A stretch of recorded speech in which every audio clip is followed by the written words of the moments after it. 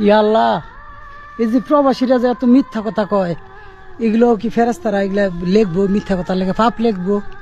কিন্তু প্রবাসীরা তো প্রচুর মিথ্যাবাদী, প্রচুর মিথ্যা কথা কয়। দেশের তে ফোন দিলে যে কি বালামন্দ খাইছে নি, গুস্ত মুস্ত, কয় হ গুস্ত খাইছি, কিন্তু একটা শুকনো মরিচ ডলা দেয়া খাইয়া উঠে আবার কয় তুমি কি সুস্থ নি, শরীরটা তোমার বালানি, অসুস্থ হয়ে 3 দিন ধরে জ্বরে কাঁপতাছে, আমি পুরা সুস্থ, আমি ভালো আছি। এই যে এরকম হাজার হাজার হাজার হাজার হাজার হাজার মিশা কথা কয়, পরে এই থেকে পাপ লেখবা আল্লাহ তুমি।